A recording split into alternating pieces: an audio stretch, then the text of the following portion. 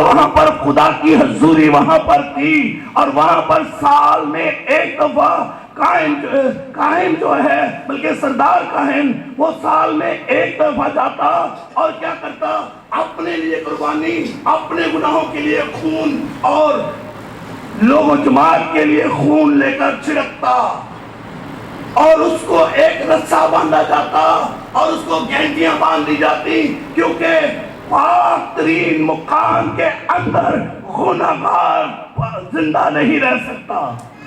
अगर उसकी जिंदगी में गुनाह होता तो गिर कर मर जाता, और फिर रस्से के जरिए उसे खींचते, क्योंकि कोई दूसरा तो जा नहीं सकता। समझिए आप इस बात को? आमीन। ऐसा था। अब जब खुदावंद यीशु मसीह ने जान दी, वही टैबरनेकल का सारा नक्शा जो खैमा इज्तिमा का था, उसे टैबरनेकल के अंदर क्या किया गया, रखा गया। पर्दा, हैकल का पर्दा जो है वो लगाया गया, वही पर्दा वहां पर लगाया गया। लेकिन जब मेरे और आपके खुदावंद यीशु मसीह ने जान दी, तो लिखा है हैकल का पर्दा ऊपर से लेकर नीचे तक फट गया और फिर रास्ता खुल गया। एक वक्त था कि खुदा की हजूरी में कोई जिंदा नहीं रह सकता था। अब वक्त है कि खुदा की हजूरी के बगैर कोई जिंदा नहीं रह सकता। आमीन। अब रास्ता खुल गया है। मेरे और आपके खुदावंद ने अदन के अंदर जो जिंदगी के दरख्त के ऊपर पहरा लगाया गया था, उस पहरे को हटा दिया है। अब कोई भी आए और अब हयात मुफ्त में, अब कोई भी जा सकता है, क्योंकि मरूसी गुनाह, जो गुनाह हुआ था, जो हकीकी गुनाह हुआ था, उस गुनाह की माफी के लिए यीशु मसीह ने खून बहा दिया, और उसके बहाए हुए खून के वसीला से वो पर्दा जो है वो फट गया। ये खुदा चाहता था, खुदा चाहता था ऐसा ना हो। खुदाई किताब में लिखा है, अब ऐसा ना हो कि कहीं इंसान जो है वो उसमें से ले और खाए और हमेशा इसी हालत में जिंदा रहे। खुदा को ये पता था कि इसकी कुर्बानी जो है वो कैसे दी जानी है। आमीन। लेकिन जब फल खा लिया तो उन्होंने क्या किया, अपने आप को अंजीर के पत्तों के से क्या की, लुंगियां बना ली। आपको लुंगी का पता है? बंदा तो लुंगी बांध ढांका जाता है और नहीं बंदा की जाती। इंसान जो है अपने लिए जो है अपने आप को ढांपने की जो कोशिश कर रहा है वो लुंगी है। लेकिन वहां खुदा ने क्या किया है, खुदा ने लिखा चमड़े के कुर्ते उनको, ये आर्जी तौर पर उनको ढांका, आर्जी तौर पर ढांका। और मैं यहां महसूस कर सकता हूं कि जब आदम जो है और हवा जो है वो अदन में से निकल रहे होंगे, चूंकि महसूस कर रहे होंगे कि ये कोई जान हमारे लिए ली गई है, उनको उस जानवर का खून जो है वो लग रहा होगा, क्योंकि चमड़ा कहां से लिया है, जानवर से। तो आर्जी तौर पर ढांपने का जो तरीका था वो ये था कि जानवरों की कुर्बानी ले आओ, जानवरों की कुर्बानी चढ़ाओ। तो ये खुदा ने उन्हें कुर्ते पहनाए, लेकिन फिर एक ऐसा लिबास दिया। तो देखिए कि कलीसिया के जमाना के अंदर ये बात है, तू समझता है जो कुछ पिछली कलीसियां हैं या आज की भी दूसरी कलीसियां ये समझ रही हैं कि हम बहुत अमीर हैं, हमारे पास इल्म है। कहते तू नंगा, अंधा और खुआर है, नंगा है मुझसे क्या ले ले, पोशाक ले ले, आंखों में लगाने के लिए सुरमा ले ले। ये अल्फाज तेरे सामने हैं लेकिन तुझे नजर नहीं आ रहे। इसके लिए सुरमा पहनने की जरूरत है। खुदावन खुदा से सुरमा ले ले ताकि मुझे ये नजर आना लग जाए। बाइबल में ये लिखा है, ये राज मुझे नजर आने शुरू हो जाए। और फिर नंगेपन को दूर करने के लिए मुझसे पोशाक ले ले। वहां चमड़े के कुर्ते दिए हैं, यहाँ खूबसूरत पोशाक देना चाहता है। लेने के लिए सिर्फ तैयार हो, कलाम को समझने के लिए तैयार हो। और कहते हैं मुझसे आग में तुपाया हुआ ईमान है, आग में तुपाया हुआ आजमाया हुआ ईमान, आजमाया हुआ ईमान ले ले ताकि तू दौलतमंद हो जाए, ताकि तू दौलतमंद हो जाए। अगर हम में ईमान की दौलत मौजूद है, अगर हम में ईमान मौजूद है, प्रेज़ द लॉर्ड, हालेलुया, हम खुदा का शुक्र अदा करते हैं। अगर नहीं है, अगर किसी के पास किसी को नजर नहीं आ रहा कलाम वाज़ेह तौर पर, तो सुरमा ले ले उससे, मांगे कि खुदा मेरी आंखें खोल दे, मेरी आंखें खोल दे। किताब मुकद्दस में लिखा है फिर उसने उनकी आंखों को खोल दिया ताकि किताब मुकद्दस को समझें। खुदा आपको बता।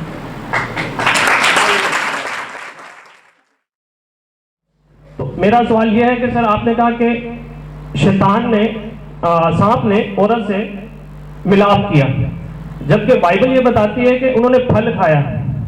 ठीक है कि आया जब बाइबल में ये लिखा है कि फल खाया तो उसको ना मानने में क्या मुजाहिदा है? ठीक है सर। और दूसरी बात, मेरा दूसरा क्वेश्चन ये है कि आपने कहा कि खुदा ने कहा कि मैं तेरी और औरत की नस्ल के दरमियान अदावत डालूंगा। फिर आपने उसको ये बयान करने की कोशिश की कि जो आदमी की जो नस्ल है वो सांप में से है, इसी तरीके से कि अच्छा ठीक है, लेकिन खुदा जो कह रहा है कि खुदा अबलीस से बात कर रहा है इनडायरेक्ट या सांप से बात कर रहा है, नंबर एक ये, क्योंकि फिर कहा गया है कि अबलीस झूठा है बल्कि झूठों का बाप है। तो इसका मतलब है कि अबलीस की भी कोई औलाद है, अगर कोई है तो फिर ये बाइबल में ये लिखा है कि अबलीस झूठों का बाप है, तो वो तो बाप कैसे हुआ? बस सिर्फ ये पूछना चाहता हूँ। शुक्रिया। पेट का फल क्या है? औलाद पेट का फल कैसे है? मैंने पहले शुरू में ये बात की कि बाइबल मुकद्दस जो है ये तशबीहात की किताब है, बुक ऑफ सिंबल है। अगर पेट का फल है कुछ तो फिर ये भी कोई फल है, एक बात। दूसरी एक बात है खाने के तल्लक से, लिखा फाशा खाती है और अपना मुंह क्या खाती है? फल खाती है। फाशा है, कोई कुछ ऐसा काम करती है, कोई ऐसा जो है वो फेल करती है, फिर अपना मुंह पहुंचती है कि पता ना चले किसी को। तो फल ये राज के अंदर कहा गया और ये राज बाइबल के अंदर मौजूद है। खुदा आप अपना तर्जमान है, इसको किसी और के तर्जमे की जरूरत नहीं है कि कोई और तर्जमा, कोई और जो है भाई कोई और जो है कोई फलसफा या कोई ऐसी चीज तालीम की इस पर थोपी जाए तो फिर ये साबित किया जाए। तो जैसा मैंने अर्ज किया कि फाशा खाती है, फल है, औरत पेट का फल औलाद है, तो फल है कुछ और फाशा खाती है और अपना मुंह पूछती है। खाने के लिए ऐसी चीज है। एक छोटी सी बात सर, लिखा है कि आदम ने भी खाया, तो फिर आदम ने कैसे खाया उस चीज को? ये तो साफ सी बात है, दो बच्चे पैदा हुए हैं, ठीक है, चले ठीक है, नेक्स्ट सेशन। लेकिन दूसरा सवाल क्या था? आदम ने भी फल खाया। नहीं, दूसरा सवाल एक और था इसको। दूसरा सवाल ये था कि इनडायरेक्ट अबलीस से बात की जा रही है, हाँ जी, या शैतान या फिर सांप से बात की जा रही है। और अबलीस के बारे में भी ये लिखा है कि अबलीस झूठा है बल्कि झूठों का बाप है। तो क्या अबलीस की भी कोई नस्ल है? असल में यहाँ पर जो है, जो बात हो रही है वो सांप से हो रही है। और मैंने पहले बताया कि इब्लीस जो है खुदा रूह है और इब्लीस भी एक रूह है। बदरूह से कहते हैं, खुदा को हम पाक रूह कहते हैं, ठीक है। और रूह को कोई बदन चाहिए, रूह को बदन चाहिए, जिस बदन में से वो, यानी जैसे मैंने शुरू में ये बात की कि आदम को हल चलाने के लिए, यानी हल चलाने के लिए हाथ कोई चाहिए था, लेकिन जमीन जोतने को कोई इंसान ना था, क्योंकि रूह जो है वो जमीन नहीं जोत सकती। तो एक बदन जो चाहिए था, ये बदन सांप के बदन को इस्तेमाल किया गया। एक बात फिर सांप ने झूठ बोला है, तुम हरगिज़ नहीं मरोगे। तो सांप के अंदर जो कुव्वत काम कर रही थी, उसके जहन के अंदर बदी का मंसूबा जो डाल रही थी, ये एकदम नहीं हो गया। हवा को एक दफा सांप ने देखा, इस आड़ में था, कब ये अपने आदम अपने खामन से जरा जुदा हो, कब जरा अलग हो तो मैं इसे घेरूं। तो उसके अंदर जो मंसूबा था वो इब्लीस का था, और जितने लोग झूठ बोलते हैं वो इब्लीस की सी कहते हैं, इसलिए उसे झूठों का बाप कहा गया है, ना कि फिजिकली तौर पर। फिजिकली तौर पर यहाँ एक ही बच्चा पैदा हुआ है, खुदा का भी एक अकलौता बेटा है, यीशु मसीह, और इब्लीस का भी एक अकलौता बेटा है जो उसने सांप की वजह से, सांप के जरिया पैदा करवाया, और वो कायम है। बाकी बात अगले सेशन में। बहुत शुक्रिया। हालेलुया। खुदावंद यीशु मसीह के पाक पवित्र और आला नाम में आप सबको सलाम। आप तमाम खुदा के बेटे और बेटियां, हमारे लिए आप काबिल एहतराम हैं, और आपकी आमद के लिए मैं खुदावंद का शुक्रगुजार हूँ। हमारे अजीज़ भाई भी कुछ यहाँ पर अपने मसरूफ़ वक्त में से वक्त निकाल कर आए हैं। पास्टर दिलदार साहब, पास्टर अलमास और दूसरे पास्टर साहबान जितने भी आए हैं, आई नो कि you are very busy person, लेकिन मेरे अजीज़ों,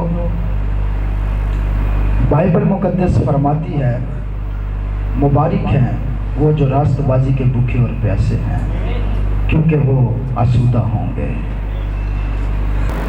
आइए बगैर देर के हुए खुदावंद के कलाम मुकद्दस की एक दो आयत मैं पढ़ना चाहता हूं, और उसके बाद मैं मैसेज को शुरू करूंगा। भाइयों ने, मुझे पता है कि बहुत सारे सवाल हैं आप लोगों के दिल में, होने भी चाहिए। आपको हक है कि जो बात आपको समझ नहीं लगती उसके बारे में पूछे,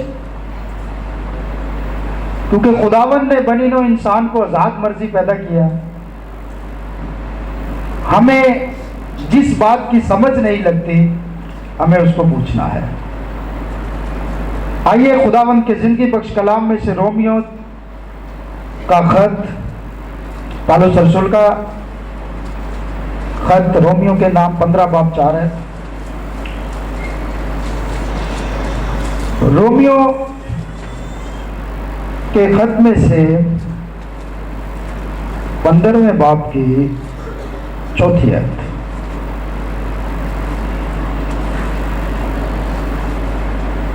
बाइबल मुकद्दस में यूं मरकूम है, क्योंकि जितनी बातें पहले लिखी गई वो हमारी तालीम के लिए लिखी गई, ताकि सब्र से और किताबे मुकद्दस की तसल्ली से उम्मीद रखें। मैथ्यू चैप्टर नंबर 11 और उसकी 25 वर्ष 25 11-25 मत्ती की अंजील। उस वक्त यीशु ने कहा, ऐ बाप, आसमान और जमीन के खुदावंद, मैं तेरी हम्द करता हूं कि तूने ये बातें दानाओं और अक्लमंदों से छुपाई और बच्चों पर जाहिर की। हाँ ऐ बाप, क्योंकि ऐसा ही तुझे पसंद आया। आमीन। तशरीफ रखें।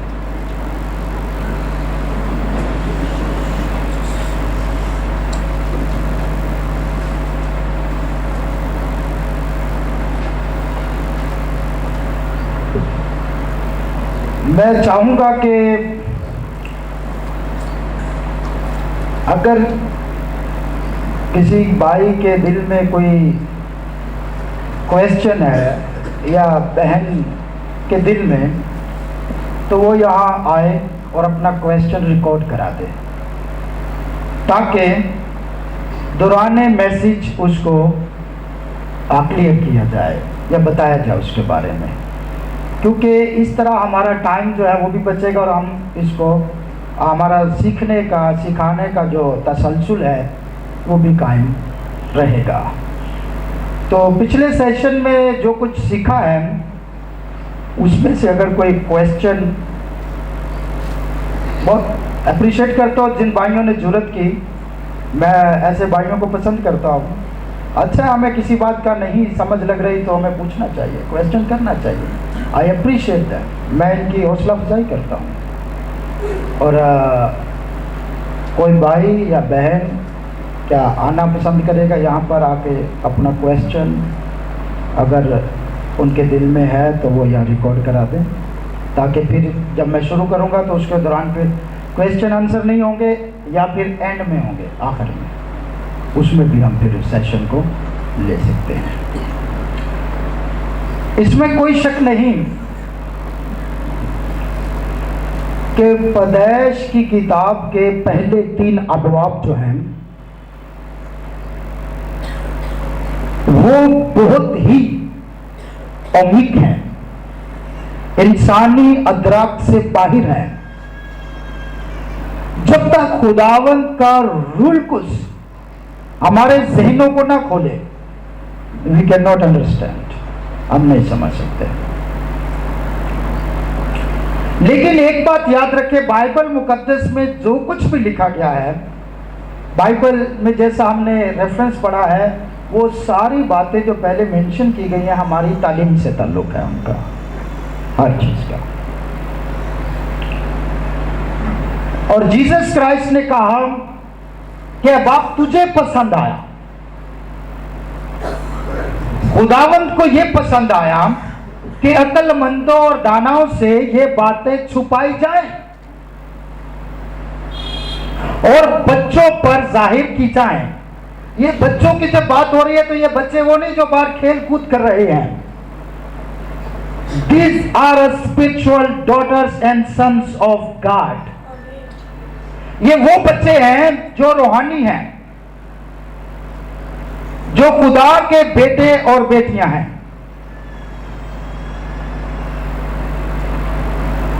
इसलिए मेरे अजीजों, ये बेट खुदा के बेटे और बेटियों पर आश्कारा होते हैं। ये उन बच्चों की बात हो रही है जो रूहानी है। आइए इसको आगे लेकर चलते हैं। इससे पहले गार्डन ऑफ एडन का सिनेरियो देखते हैं कि बागे एदन का सिनेरियो क्या था। यह बागे एदन क्या था, या उसके अंदर जो जो चीजें मेंशन थी वो क्या थी और किन किन चीजों को जाहिर करती हैं। अगर कोई भी एक अच्छा डॉक्टर है, जो वाकई ही डॉक्टर है, तो वो उस वक्त तक मरीज की बीमारी का इलाज नहीं शुरू करता जब तक बीमारी की तशखीस ना कर ले।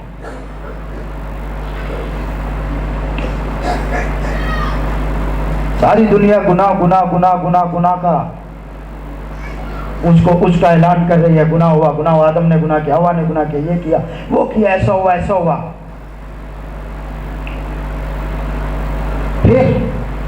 निजात पाओ, तौबा कर लो, ऐसा कर लो, वैसा कर लो, ये बपतिस्मा ले लो, वो बपतिस्मा ले लो, ऐसे बपतिस्मा ले लो तो बच जाओ, ऐसे बपतिस्मा ले लो तो बच जाओगे। लेकिन जो समझदार डॉक्टर है, इज अ रियली डॉक्टर, वो बीमारी का इलाज नहीं करता है। पहले वो कहता है बीमारी की किस्म को तलाश किया जाए, बीमारी कौन सी है, एक गलत इलाज शुरू ना हो जाए। तौबा कर लो, बपतिस्मा ले लो, ये वो 10-10, 5-5, 20-20, 100-100, 1000-1000 जा रहे हैं, बपतिस्मे दे रहे हैं, गुनाह तो खत्म नहीं हो रहा। क्या बपतिस्मे के बाद लोग गुनाह नहीं करते? गुनाह तो होता है, बीमारी तो गई नहीं।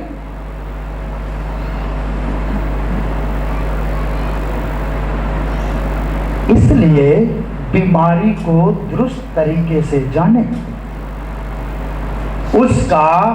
उसकी ठीक तशखीस करें, आफ्टर दैट उसकी ट्रीटमेंट शुरू करें, इलाज शुरू करें। तो इस सिनेरियो को देखते हैं। बागे अदन के अंदर बहुत सारी चीजें थी। अब कोई एक चीज तो नहीं थी, बहुत सारी चीजें थी। तो हम सबसे पहले दरख्तों की बात करते हैं। बागे अदन के अंदर दरख्त थे, बहुत सारे दरख्त थे। ये आपको नजर आ रहा है, स्क्रीन नजर आ रही है, ठीक है। आप दरख्त किस चीज की नुमाइंदगी करते हैं, या दरख्त किस चीज को शो करते हैं? एक बात अपने ज़हन में रखें, नो डाउट कि बाइबल मुकद्दस अलामात की किताब है। उसमें जो चीज दिखाई जा रही है उसके पीछे कुछ और होता है।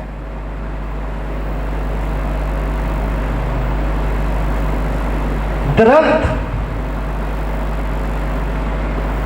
अकॉर्डिंग टू बाइबल जब हम देखते हैं तो ट्री जो है वो एक शख्स को जाहिर करता है, शख्सियत को जाहिर करता है।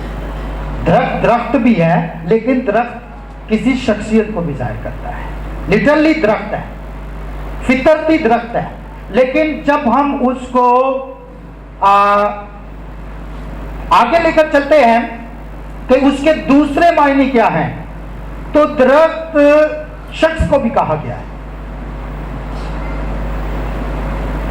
फिजिकली, लिटरली ऑब्जेक्ट जो है वो ट्री है, और फिजिकली मीनिंग जो है वो किसी शख्स को जाहिर किया गया है। लेकिन इसका स्पिरिचुअल, रूहानी क्या मतलब है? तो स्पिरिचुअली एक ईमानदार को इसके साथ तशबीह दी गई है। इसको तफसीलन हम बाद में सीखेंगे, लेकिन मैं इसको ब्रीफ करता चलूं। नंबर 2, फ्रूट, फल। लिटरली इसका ऑब्जेक्ट है फ्रूट है, लेकिन जब हम इसको फिजिकली देखते हैं तो यह ऑफस्प्रिंग, जनरेशन या नस्ल, फल जो है वो प्रोड्यूस होता है तो आगे बढ़ता है। तो फल फिजिकली नस्ल को जाहिर करता है, जनरेशन को जाहिर करता है, और रूहानी तौर पर फल क्या है? आप सब बाइबल को जानने वाले हैं। फल रूहानी तौर पर बाइबल कहती है रूह के फल हैं, ठीक है। रूहानी तौर पर आपकी तब्दीली को जाहिर करता है। जब आप तब्दील हो जाते हैं तो आपके फ्रूट्स जो हैं वो स्पिरिचुअल फ्रूट्स लगना शुरू हो जाते हैं, फिजिकली रिमूव हो जाते हैं। फॉर एग्जांपल जो बेड फ्रूट्स होते हैं, और स्पिरिचुअली फ्रूट्स शुरू हो जाते हैं। तो ये आपका चेंज होना, आपका तब्दील होना, इसको जाहिर करता है। बीज, सीड, बीज जो है लिटल ऑब्जेक्ट सीड है। फिजिकली मीनिंग इसका स्पर्म या एग या वूम, रहम है, जहां पर बीज बोया जाता है और फिर वो आगे नशोनुमा पाता है। और रूहानी तौर पर इसका क्या मतलब है? रूहानी तौर पर बीज जीसस क्राइस्ट ने कहा कि खुदा का कलाम।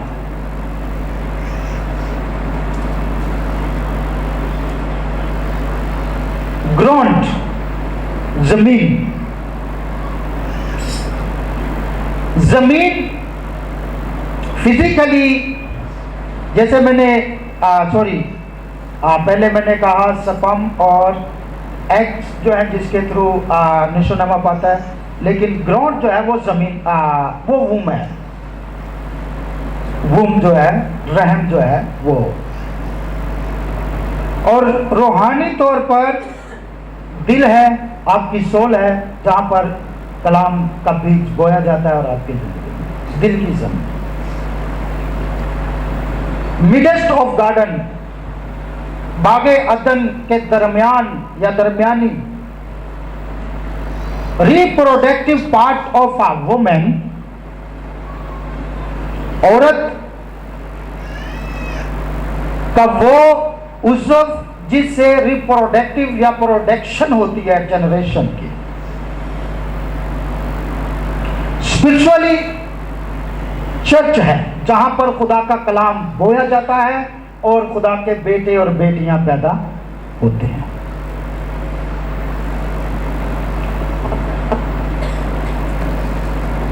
निगेबान, बाग का बागबान या निगेबान, लिटिल ऑब्जेक्ट हस्बैंडमैन, और फिजिकली आदम या इंसान, और रूहानी तौर पर क्राइस्ट हमारे ऊपर जो हेड है, जो हमारी निगहबानी करता है। यील्ड, पैदावार,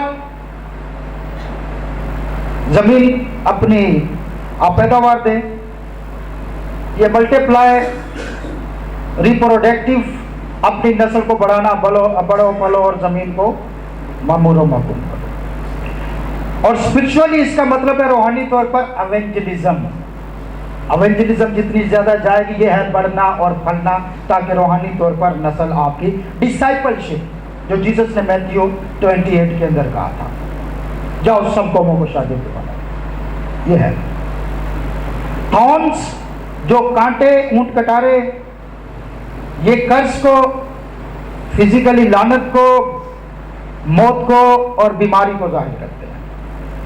और स्पिरिचुअली गुनाह है, सिन, जो अंदर ही अंदर हमें खत्म करता है। 4 रिवर, 4 दरिया निकलते थे अदन में से। लिटरल ऑब्जेक्ट इसका जो है वो वहां से 4 नदियां हैं, लेकिन physically river coming out of the Eden जो निकलते थे, हिजकिय्याह की किताब में भी और दूसरे भी रेफरेंस मैं नहीं दे रहा, बाद में दूंगा। रूहानी तौर पर स्पिरिचुअल रिलेशनशिप विद क्राइस्ट है। कैसे? दुनिया की चारों सिमत से, 4 नदियां चारों सिमतों को, डायरेक्शंस को जाहिर करती हैं। पूरी दुनिया से लोग आ रहे हैं और मसीह के साथ उससे आसूदा हो रहे हैं, उससे वो शराब हो रहे हैं। सरपंट, सांप क्या था? सांप missing link between man and animal, जानवरों और इंसान के दरमियान में एक कड़ी मिस हो चुकी, अकॉर्डिंग टू साइंस, इसको भी देखेंगे। और रूहानी तौर पर शैतान है। सांप को स्पिरिचुअली शैतान का, आप सांप को और शैतान को मिक्स नहीं कर सकते। स्पिरिचुअली जब आप फिजिकली देखेंगे तो सांप है, लेकिन जब आप उसको स्पिरिचुअली देखना चाहते हैं तो फिर इसको शैतान कहा गया। इसलिए सांप और शैतान को हम एक नहीं कर सकते।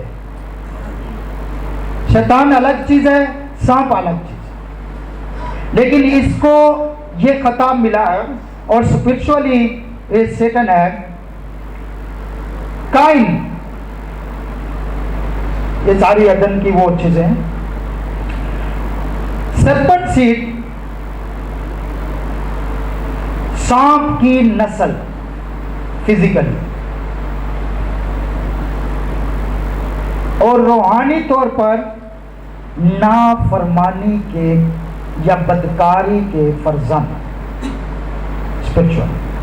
अक्सर कोई फिजिकली तो वो नजर आ रहा होता है, लेकिन स्पिरिचुअली उसके कामों की वजह से हम उसे ऐसे खिताब देते हैं।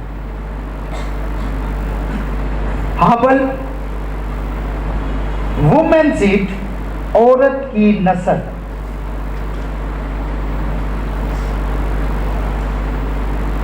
और रूहानी तौर पर बरगजीदा लोग। ये सुनेरियो है बागे अदन का।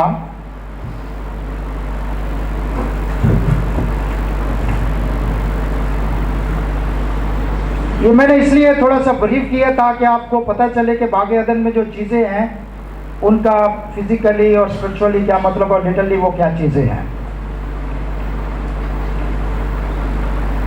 अब हम थोड़ा सा देखते हैं दरख्त क्या थे, तफसीलन थोड़ा सा इसको हम देखते हैं with reference. What was the tree, दरख्त क्या था।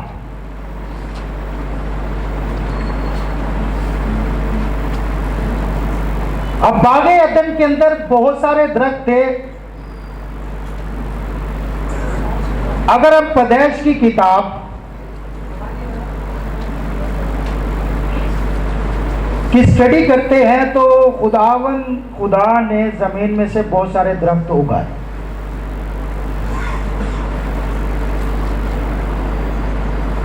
और उन दरख्तों के दरमियान 2 दरख्त लगाए। कभी नोटिस किया आपने, वहां लिखा हुआ है उगाए और लगाए। There is a different. बाकी सब दरख्त जो है वो उगाए और 2 लगाए, जिनमें से एक दरख्त नेकोबत की पहचान का और एक दरख्त हयात का। The tree of knowledge, good and evil. The tree of life. ये 2 लगाए गए। हयात के दरख्त का जिक्र पैदाइश की किताब में 3 मरतबा और मुकाशवा की किताब में भी 3 ही मरतबा आया है।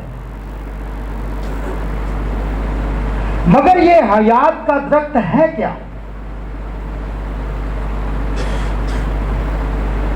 हमें इल्म होना चाहिए कि दरख्त किसी चीज की मिसल या तशबीह है या एग्जाम्पल है। मुकाशवा की किताब 2 बाब और उसकी 7 आयत, पैदाइश की किताब उसका 2 बाब और उसकी 9 आयत दरख्तों का जिक्र है। जहां पर लूका की इंजील और उसका 21 बाब 29 आयत, इंसाल की किताब 3 बाब 18 आयत, दानियल की किताब 4 बाब और उसकी 10 आयत, मरकस की अंजील उसका 8 बाब उसकी 24 आयत और गिनती 24 बाब की 6 आयत, और फिर जबूर की किताब उसका जबूर नंबर 1 और उसकी आयत नंबर 3। ये सारे हवाला जात आप स्टडी कर सकते हैं। यहां पर दरख्तों का ही जिक्र है और मुख्तलिफ जगह पर मुख्तलिफ चीजों से तशबीह दी गई है। फॉर एग्जाम्पल, लूका की इंजील में जिस दरख्त का जिक्र है कौम, इंसाल की किताब में जिस दरख्त का जिक्र है 3:18 में वो हिकमत को जाहिर कर रहा है, दानियल में 4:10 में जो है वो बादशाह को जाहिर कर रहा है, मरकस 8:24 के अंदर इंसान को जाहिर कर रहा है जब उसने देखा दरख्तों की मानिंद इंसान मुझे नजर आ रहा है, और गिनती 24:6 के अंदर दरख्त को बनी इस्राइल के साथ तशबीह दी गई है। और जब हम जबूर की किताब जबूर नंबर 1 पढ़ते हैं तो वहां पर एक दरख्त का जिक्र है। बाइबल कहती है वो पानी की नदियों के पास लगाया गया दरख्त है जिसका पत्ता भी नहीं, दुनिया में कोई ऐसा दरख्त नहीं जिसका पत्ता ना मुरझाए।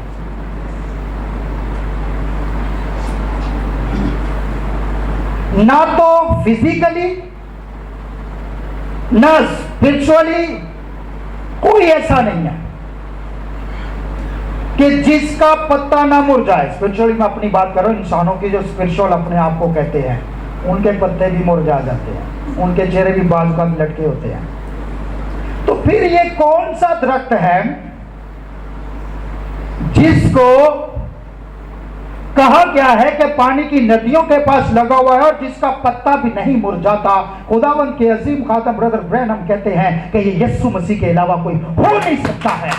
एक ही वस्तु है उस पर ना दुख आया, ना बीमारी आई, ना गुनाह आया, ना परेशानी आई, ना दुनिया की टेंशन ली, ना फिजिकली वो परेशान हुआ, कभी पत्ता मुरझाया नहीं है। ये हमारा खुदावंद यीशु अल मसीह है जिसका कभी पत्ता मुरझाया नहीं। उसने कहा कौन है जो मुझ पर गुनाह साबित कर सकता है? पत्ता उसका मुरझाता है जिस पर पतझड़ आता है। यीशु पर तो रही बहार है। हालेलुया।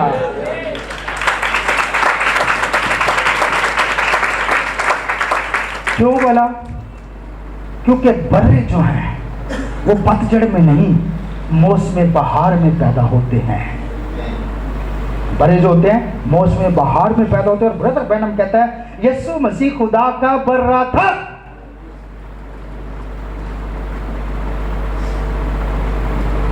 इसलिए उसके अलावा किसी ने दावा नहीं किया। तो कहने का मतलब है कि ये तशबीहात हैं। दरख्त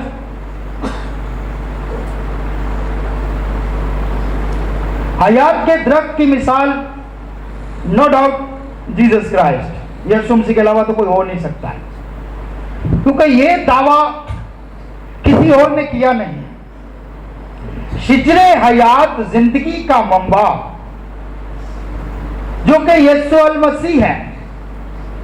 अगर हम यूहन्ना की इंजील उसका 6 बाब ता 8वें बाब तक का मुतालिया करते हैं तो जीसस क्राइस्ट ने क्लेम किया, यीशु ने कहा जिंदगी की रोटी मैं हूं, जिंदगी का पानी मैं हूं, और जो मुझ में से खाएगा वो हरगिज ना। तो इसे साबित हुआ कि हयात का दरख्त तो यीशु मसीह है, इसके अलावा कोई हो नहीं सकता। फिर यीशु मसीह ने कहा मैं इसलिए आया कि लोग जिंदगी पाएं और कसरत की जिंदगी पाएं। कुछ लोगों का ख्याल है जिस तरह आम कुदरती दरख्त बागे अदन में लगे थे वैसे ही हयात का दरख्त और नेकोबद की पहचान का दरख्त भी लगा हुआ था। लोगों का यह कौन-सा बद दरख्त था, जैसे दूसरे दरख्त थे वो भी दरख्त था। नो,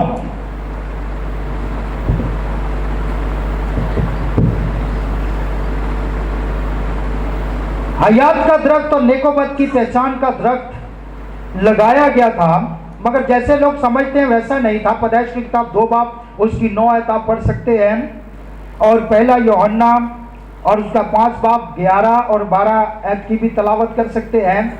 हमेशा की जिंदगी बाइबल कहती है बेटे में है। यूहन्ना 5:40, मत्ती 3:10। यूहन्ना बपतिस्मा देने वाला कुदरती दरख्तों की बात नहीं कर रहा। जब उसने कहा मैथ्यू में चैप्टर नंबर 3 में, तो वो कुदरती फितरती लिटरल ट्रीज की बात नहीं कर रहा, बल्कि वो लोगों की तरफ बात कर रहा था।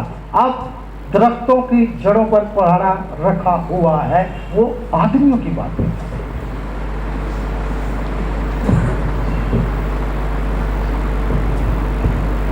यीशु अल मसीह ने कहा अंगूर का हकीकी दरख्त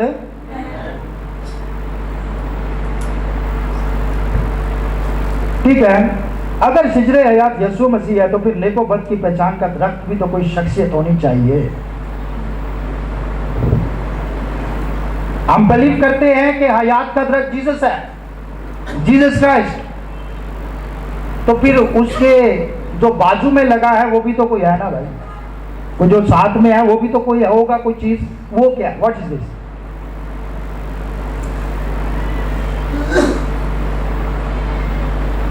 पहली तो बात यह है कि हमें दोनों दरख्तों के बारे में जानने की जरूरत है। अगर खुदावंद यीशु मसीह हयात का दरख्त है, तो नेको बद की पहचान का दरख्त इब्लीस के अलावा कोई और हो नहीं सकता है। ये तो अंडरस्टूड है।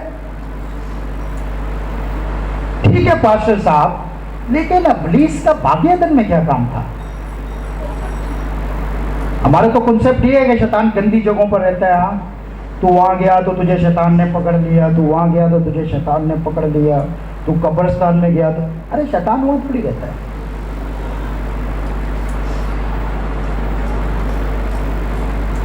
अब बाइबल को देखें तो इब्लीस बागे अदन के अंदर मौजूद है। हिजकिय्याह की किताब पढ़ ले, आप नोट कर ले, बाद में स्टडी कर ले। 28 बाब की 13 से यशायाह के अंदर भी जिक्र है कि तू खुदा के अदन में कैसे लिखा हुआ है। तो इससे साबित हुआ कि हयात का दरख्त और नेकोबत की पहचान का दरख्त, हयात का दरख्त जीसस क्राइस्ट है और जो नेकोबत की पहचान का दरख्त है वो शैतान के अलावा कोई। अब आगे चलते हैं, सेकंड पॉइंट देखते हैं, फल। अब फल की तरफ आते हैं। फल क्या था? दरख्त का तो हमें पता चल गया। अब हम फल को देखते हैं। What was the fruit? वो क्या फल था? सेब था, नाशपाती थी, अमरूद था, whatever, कुछ भी जो हम समझते हैं, वो क्या था?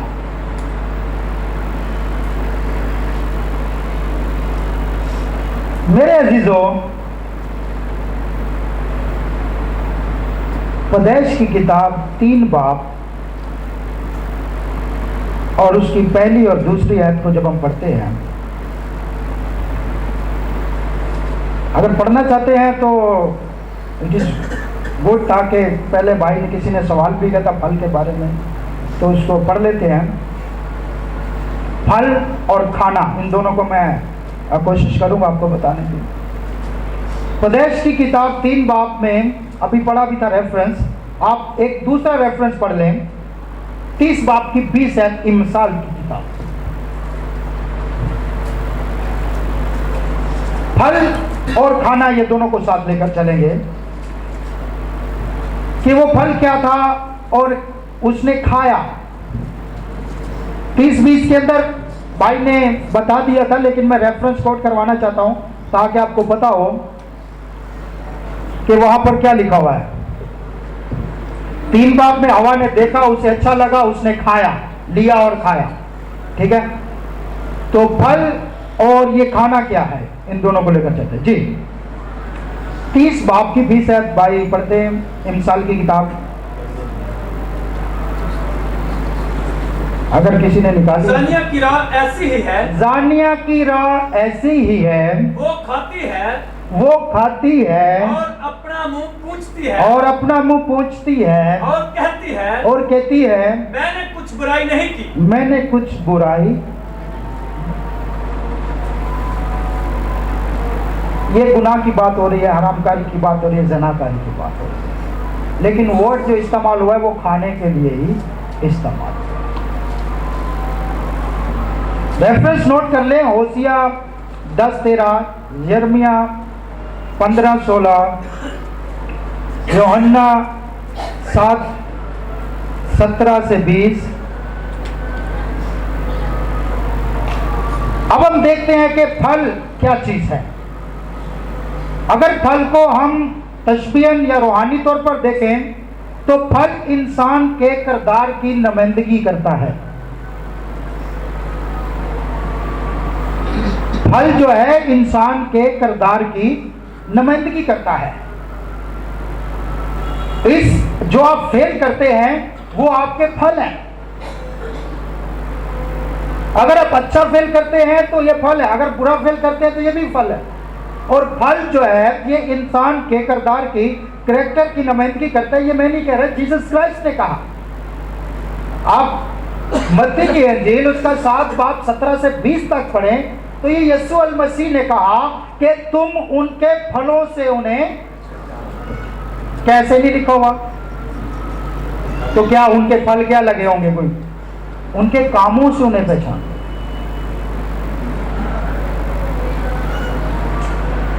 तो इससे साबित हुआ फल जो है ये काम है जो हम करते हैं। और अदन के अंदर खाया गया यह फल जो था वो कोई फेल था, कोई काम था जो हुआ है।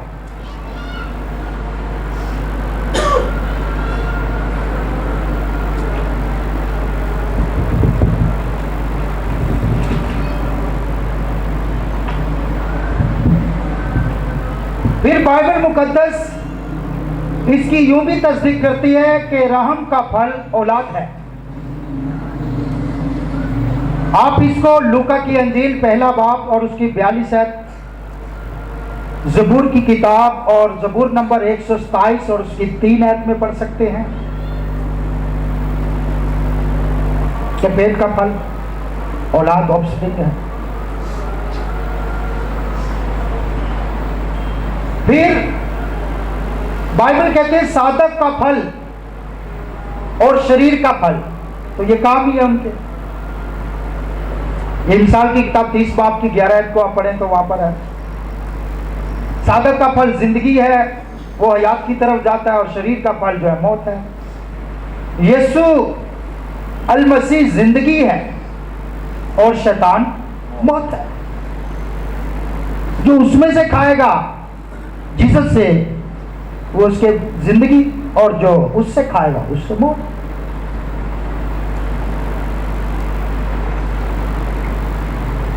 जैसा ही मिसाल 30-20 में हमने पढ़ा है। पैदाइश की किताब 3 बाब की 13वीं आयत में हवा ने ये कहा, आप इसको पढ़ सकते हैं पढ़ना चाहें तो, कि सांप ने मुझे बहकाया।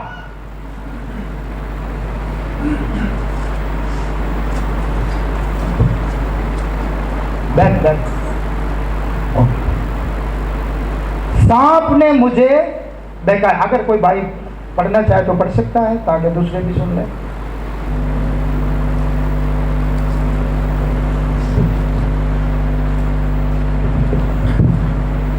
बाइबल मुकद्दस में यूं मरकूम है, पैदाइश की किताब 3 बाब 13। तब खुदा ने औरत से कहा कि तूने ये क्या किया? औरत ने कहा कि सांप ने मुझको बहकाया। तो इस पर अगर आप नोटिस करें, थोड़ी तवज्जो दें तो क्वेश्चन जो किया जा रहा है खुदा की तरफ से, तूने ये क्या किया? What did you do? उसने कहा मैंने ऐसे नहीं किया, मुझे किसी ने बहकाया।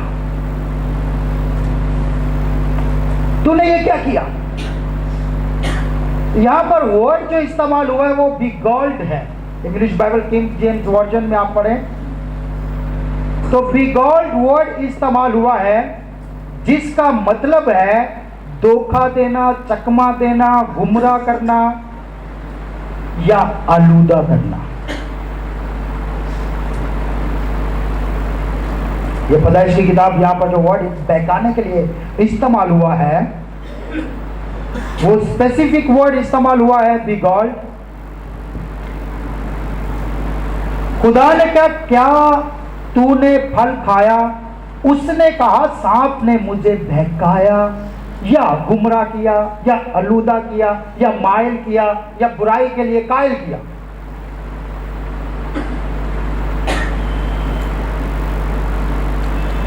सांप ने मुझे आलूदा किया, बहकाया, यानी उसने कोई फेल किया जिसके लिए सांप ने उसको तैयार किया या बहकाया, और उसने वो काम किया जिसके बारे में खुदा ने मना किया था। दूसरा करंथियों 11 बाब और उसकी पहली आयत में पौल जो है इस बात को यहाँ पर बयान करते हैं। पौलुस रसूल भी इस बात को जानते थे कि बागे अदन में क्या हुआ था। इसीलिए जब करंथस की कलीसिया को वो लेटर लिखते हैं तो वो 11वें बाब में इस बात को मेंशन करते हैं। काइंडली भाई पढ़े जरा, कोई जिसने निकाल लिया है 11 बाब की पहली आयत से। बाइबल मुकद्दस में यूं मरकूम है,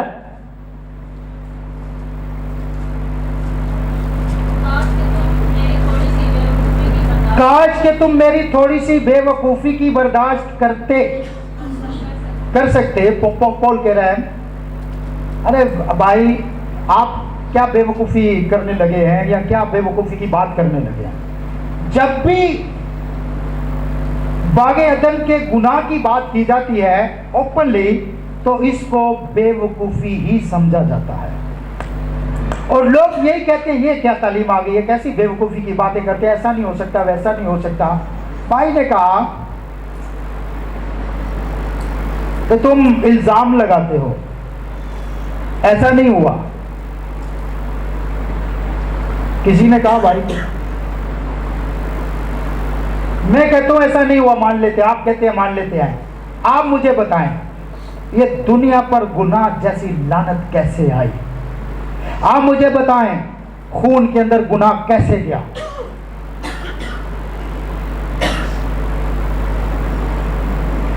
आपके पास हो सकता है 2 या 4 सवाल हो, मेरे पास 45 क्वेश्चंस हैं जो मैं आपको अभी बताऊंगा। जहां से आपके सवालात शुरू होंगे, उनसे आगे की बात मैं खुद ही आपको बता दूंगा, ताकि आपको मजीद परेशानी का सामना ना करना पड़े।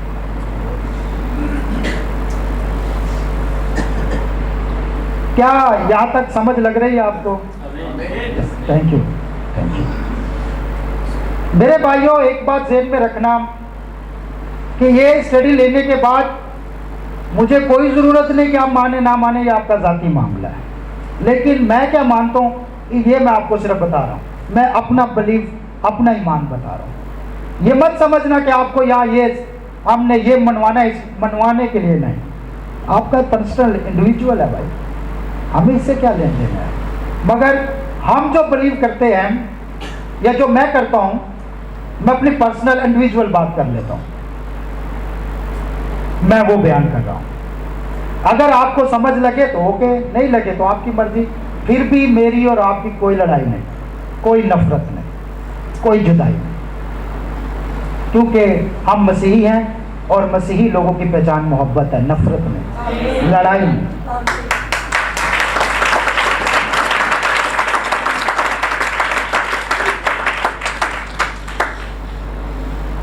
तो पौलुस रसूल कहते हैं कि ये बात जो मैं करने लगा हूं, ये बेवकूफ़ी लगती है। आइए जरा इसको आगे पढ़ते हैं। काश कि तुम मेरी थोड़ी सी बेवकूफ़ी की बर्दाश्त कर सकते। हाँ, तुम मेरी बर्दाश्त कर सकते हो। मुझे तुम्हारी बाबत खुदा की सी गैरत है। मुझे तुम्हारी बाबत खुदा की सी गैरत है। जी पढ़ते जा भाई। क्योंकि मैंने एक ही शौहर के साथ तुम्हारी निस्बत की है, एक ही शौहर के साथ तुम्हारी निस्बत की है, ताकि तुमको पाक दामन कुंवारी की मानिंद मसीह के पास हाजिर करूं। पाक दामन कुंवारी की मानिंद मसीह के पास हाजिर करूं। लेकिन मैं डरता हूं, देखिए पौलुस रसूल कह रहे, लेकिन मैं डरता हूं कहीं ऐसा ना हो कि जिस तरह सांप ने अपनी मकारी से हवा को जिस बहकाया, तरह सांप ने अपनी मकारी से हवा को क्या किया, बहकाया, उसी तरह तुम्हारी हालत भी उसी खलूस और पाक दामनी से, तुम्हारी भी पाक दामनी, क्या लिखा हुआ है, तुम्हारे ख्यालात, ठीक है ओके, तुम्हारे ख्यालात जी भी उस खलूस और पाक दामनी से हटाए जाए। पाक दामनी से हट। पौलुस रसूल एक्चुअली बताना ये चाहते हैं, आप बाद में इसको पढ़ लेना, कि हवा की पाक दामनी को खत्म किया गया। बताना ये चाह रहे जिस तरह उसकी पाक दामनी को खत्म किया गया। और पाक दामनी उसी वक्त खत्म होती है जब एक औरत अपने शौहर के अलावा किसी और के साथ ताल्लुक कायम करती है। पौलुस रसूल कहते हैं कि वहां पर ये गुनाह हुआ, तो मैं डरता हूं कि मैंने तो तुम्हारी एक ईश्वर के साथ निस्बत कराई है, जीसस क्राइस्ट के साथ, कि कहीं शैतान आज तुम्हें भी बहका ना दे और तुम भी तुम्हारे ख्यालात को गुमराह ना कर दे। शैतान जो है वो पहले